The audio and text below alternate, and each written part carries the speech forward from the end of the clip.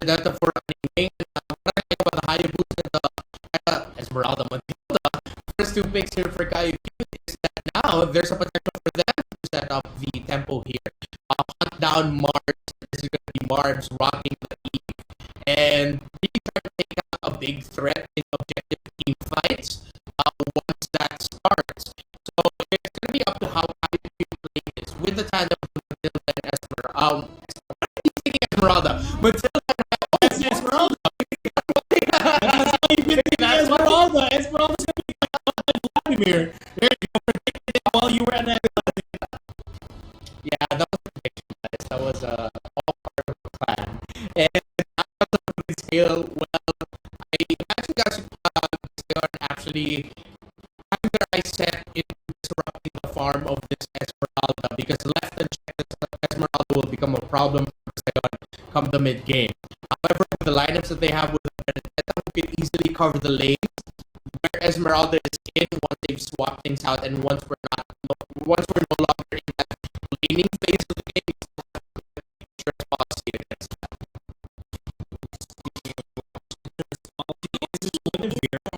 Manning it out for GUSAYON, badass team.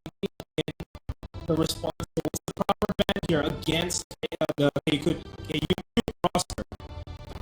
Man, if I'm GUSAYON here, take out something that KAYUQT might play. Running out of names in my head right now, heroes that they pick up here, seeing as how they already have the Matilda most likely going into the hands of JOROSS. That plan is Badass TV, one of his favorite heroes to use, and he showed off in day number 1, completely fearless with Guinevere. Guinevere in his hands, it feels like I'm watching a season 3 Guinevere, back when that was one of the topics in the meta. Now they decided to ban out the Jawhead, which will give an easier time for Mars to position, one less thing to worry about now, because everybody up against Matilda in the mid lane, Hayabusa and that's bad news for you. So now KAYUQT, their insurance policy in the late game, other than the Esmeralda, is going to be 1-1. Yeah, 1-1 going into the going to the XP lane against Joel. We can still relatively go to the gold lane to have a little bit of a better against Benedetta. That is the saber. I like it. I like the saber pickup here. Actually, some of the names I was thinking of here for GUSAYON, they showed that up. That's going to be packing a high and dry. With that double assassin that against Esmeralda or the 1-1, you have something that can easily pin down a member of KAYUQT, burst them down when the guy is going in for a rotation. That's what they like. They want to be able to whittle down the members of KAYUQT before the rotation kicks in. As the 3 things we are rotating, you'll have that actually go in. Immediately out the health. And boom. Like, you decide to pick up the Cyclops here. For JOROSS, for Chala, and this is going to be Matilda Rome. And being picked up. Lots of backline access for these guys. At least they'll be safe against the 1-1 before Crossbow gets propped up. But going into this game, what's the battlefield looking like, Raptor? Well, this got the X factor for putting the saber pick to the side first.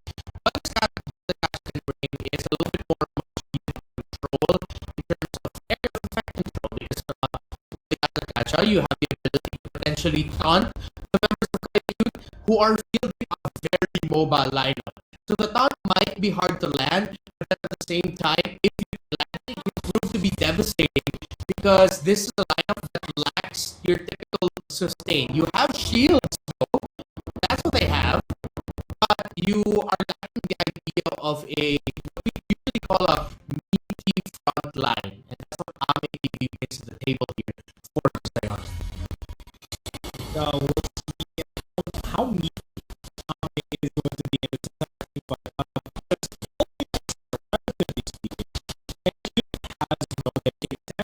but you'll be relying on the front to back engagement here. Vladimir is just going to be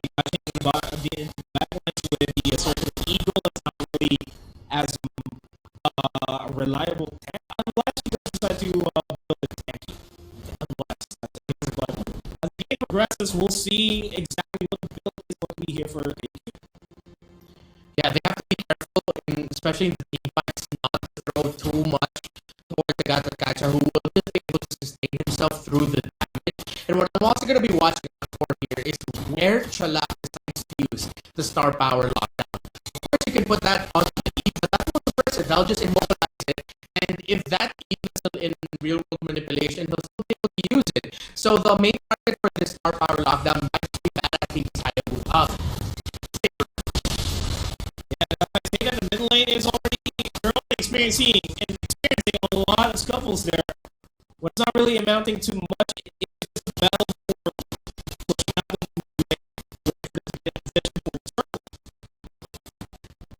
This match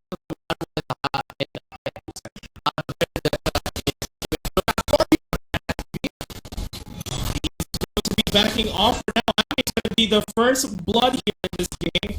Opens up the turtle pit area. Luna and the one maker as safe as possible. And Ning Ning is winning this fight against Be My Angel. So they are going to be reaching level 4. Be My Angel has a crossbow and just needs to proc it up and can go for this one-on-one duel. Nobody's responding there. Yeah, Ning has to be careful because for now she's leading the target. Both of them having their ultimates.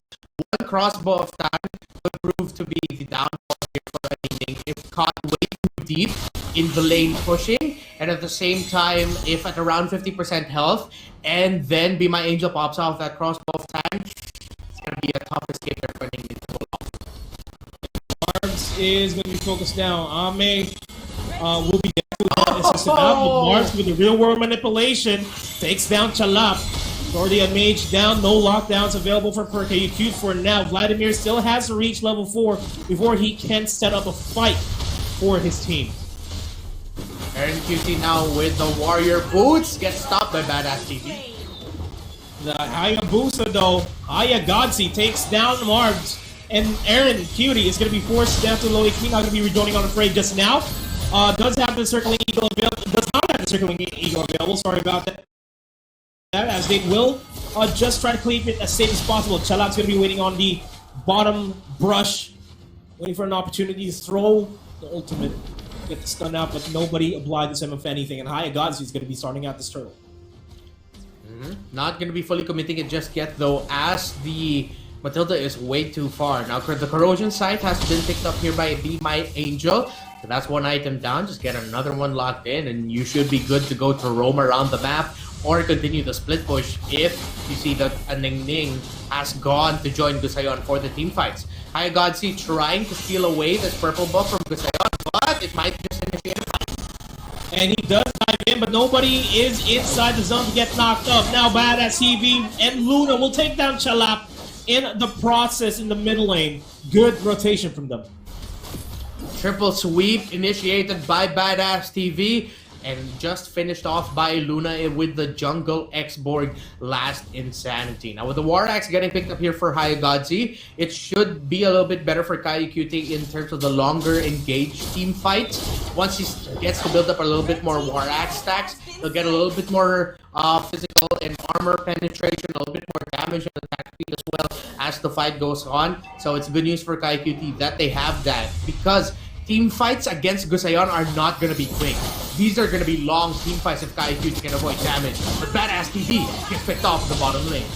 And that's also a trade onto Vladimir. KAYUQT in the back line, so will not be popping the shadow kill just yet. Falling Star Moon by Aaron Cutie to take down, to try to potentially take down Aaron Luna there, but caught onto Ame. Takes down KAYUQT. Now Ame and Luna, they're low on HP. Aaron Cutie and Chalap are going to be rejoining the fray. Chalap does have the ult, will throw it out. Not connecting on anybody. He's going to be paying the price with the fire missiles being thrown out. He's low on HP. Luna's just going to be is going to be deterring them from pushing any further, and Badass CV is going to be joining in on the bottom lane to force the disengage. Now we got to see the effect of having the taunt available for that Gacha, the Unbreakable, really just stopping the escape there of KAYUQT, and quick fingers there, and quick thinking by Ame TV to drop the Avatar of Guardian as he was escaping. Yeah, it's the Avatar of Guardian really did help him out, but will it help out this potential fight is happening for the turtle here. AmiTV going in, punches the ground, will not catch Chalap. And it's still anybody's game here, relatively speaking. Only 1,000 gold lead 6 minutes into the game. Right now, GUSAYON though have good control there over that top lane. Be My Angel might think about rotating more, joining the fight. So KAYUQT will look for the turnaround there. But then they have to balance it out again. Aningning is... We have this saying in Tagalog, we say, trabaho lang. In English, it loosely translated to job only. Meaning that Aningning's job is to just focus down the split pushing and really just keep opening up the map here for GUSAYON. KAYUQT has to continue watching out for that. But I would rather see Be My Angel rotating more away from lane to help out in team fights. Walang personalan. Job only, no personality as Marbs pops the real world manipulation to assist Ning, but the crossbow of Tang being popped in just to secure his survival. Her survival. No damage yet from Be My Angel, still quite lacking, but I think Aningning also benefited from some damage avoidance brought by an eye to an eye, helping her out. Yeah, and considering the fact that Be My Angel does have the, as I say that, the shadow kill and Vladimir just tanking the turrets to secure that kill for themselves. But going back, it's Be My Angel rocking the weakness finder, so later on, as soon as we see the ferocious side being picked up by Be My Angel, he'll be a threat here in the game. He'll just be a nuisance here. KAYUQT dives in, quad shadows out, Chalap is in position as well to force his fight. KAYUQT just scares him away. Yeah, just dancing around it right now. Too early use of the Conceal Boots Blessing, actually. And that's going to be a tool that GUSAYON can make the most out of if they initiated a fight around here. But seeing as how they don't have that yet, they're instead just going to focus and trade towers, actually. KAYUQT goes to the mid lane, GUSAYON goes to the bottom. And turret pushes are relatively even, but the map is way more open here for KAYUQT. They can invade the jungle in the top lane. We're seeing that happening right now. Chalap and Vladimir taking away the purple buff from Luna. A much closer game than we expected. KAYUQT putting up a fight. GUSAYON as well. We are even Stevens right now. One big team fight might turn it around. And with the Lord spawning in 35 seconds, that might be the team fight that we're looking for here. One thing KAYUQT can do is bait out or make GUSAYON think, okay, we're going to be going for the Lord, or still trying to chase and reposition for the Lord.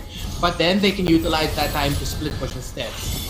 This bottom lane might have a big engagement here. Certainly Ego is available by Vladimir. It's not going to be using it just yet. Ame dives into the fray, but they're disengaging. KAYUQT wants to play it as safe as possible. They don't want to force any issues, except for the top lane though. As KAYUQT is in position for the shadow kill. It doesn't need the help of Be My Angel at all. Now there's good news for KAYUQT because this opens up the top lane and better positioning for them in the Lord if GUSAYON decides to rotate and defend that, but they're not biting the bait. They're allowing that push because they know if they give up mid control, KAYUQT is gonna start the Lord! Marbs falling down is a big factor here for KAYUQT. GUSAYON in the bottom lane now. Aningning alone against 3 members here from KAYUQT. This turn's gonna go down. Shadow Push gonna be thrown once again, and that is Aningning going down. Lord is now open for the taking. With Aningning down, they now have to keep Badass TV in lane, try to clear that up, which gives a little bit more time for KAYUQT. Bit questionable though, they haven't started it yet. More time for GUSAYON to recover. I look at the lane or the wave states right now. The only thing they really have to worry about is that bottom lane. They can allow a little bit more time to push up for the top lane instead. KAYUQT, again, still a lot of time or opportunities initially to go for the Lord already, but not taking it yet. Could come back to bite them. And Vladimir also picked up the immortality just in time. So if he decides to go for a circling eagle in the back lines and open up GUSAYON for his team, he can just do so without any problems. It's all down to Vladimir to set the team fight to take down GUSAYON. And they're waiting patiently. Exactly. Yeah, and I love how Vladimir actually went for the focusing mark here. That's how HAYUQT has been able to get pickoffs because they rotate together, and with the focusing mark giving a little bit more damage, the shadow kill onto one just hurts a lot more. True. And speaking of shadow kill, HAYUQT is in the top lane, just waiting for a random straggler. May just be a Ning Ning to be popped off here by HAYUQT. Making his presence known. He's just waiting for him to push forward. Quad Shot is going to be thrown out. Decent amount of damage. To clear the way as the Lord's going to get started off. So they have two problems to take care of. Is it the Lord or is it the top lane being pushed out by HAYUQT? And they are focusing on HAYUQT instead. They have to. They can't allow that Hayabusa split push. And seeing as how the Hayabusa was alone, GUSAYON not holding back, knowing that HAYUQT's team were focusing on the Lord, they were like, okay, he has no more quad shadow, no way to escape. Yeah, let's take him down. Good call there by GUSAYON. And KAYUQT couldn't even go for the Lord. Now that since HAYUQT's down, this opens it up for GUSAYON. What a play, what a turnaround so far. Beautiful decision making from themselves. The Lord's already low on HP. Nobody with Retribution is in position to steal the Lord away from GUSAYON. So that's a free Lord. That's also at least a brunt of the map control going back to GUSAYON. Top lane is going to get pushed out towards the side of KAYUQT, no doubt. And KAYUQT wants to open it up. And Vladimir opens it up with a circling arrow onto Mars. The falling Star Moon does not connect onto him, and he manages to make it out alive. Close call there for Marbs. If he was hit by that falling star moon, that would have been a secure kill there for KAYUQT. But then again, the situation is KAYUQT will have to defend the Lord, but not much or barely anything will come out of this push.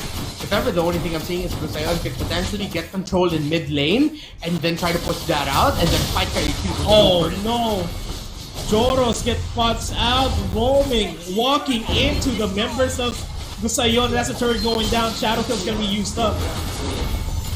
And it's not amounting to anything. The real world manipulation is gonna be thrown down to zone out HAYUQT and Vladimir. And GUSAYON, they're poised to just regain map control here this time.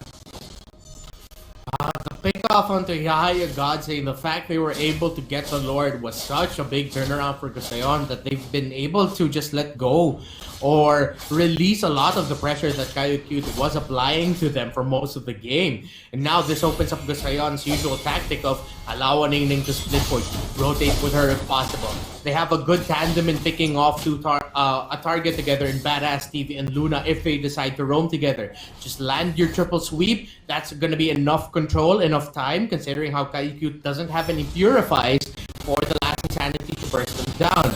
Seeing as how Luna also picked up here the Radiant Armor.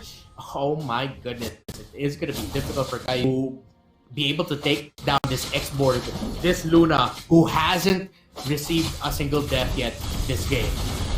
Be My Angel overstaying his welcome in the top lane. He needed to be alive for his team. And now, in the backlines, Ame TV will go for the taunt, potentially, onto Vladimir, but it's not going to happen. They take down Marbs in the process. Electro-Funnel being used up by a Ning Ning, and they're chasing. KAYUQT's chasing down the members of GUSAYON in the 1-for-2 trade. Now they get a 1-for-3, they get a 1-for-4. That's HAYUQT. Secures 2 off of that. And now it's just Badass TV left alive.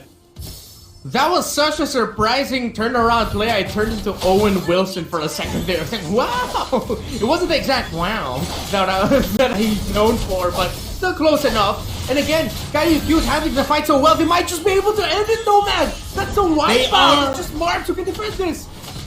They're gonna end this. Game number 1 goes to KAYUQT without a shadow of doubt. Closest fight we've had for the day so far.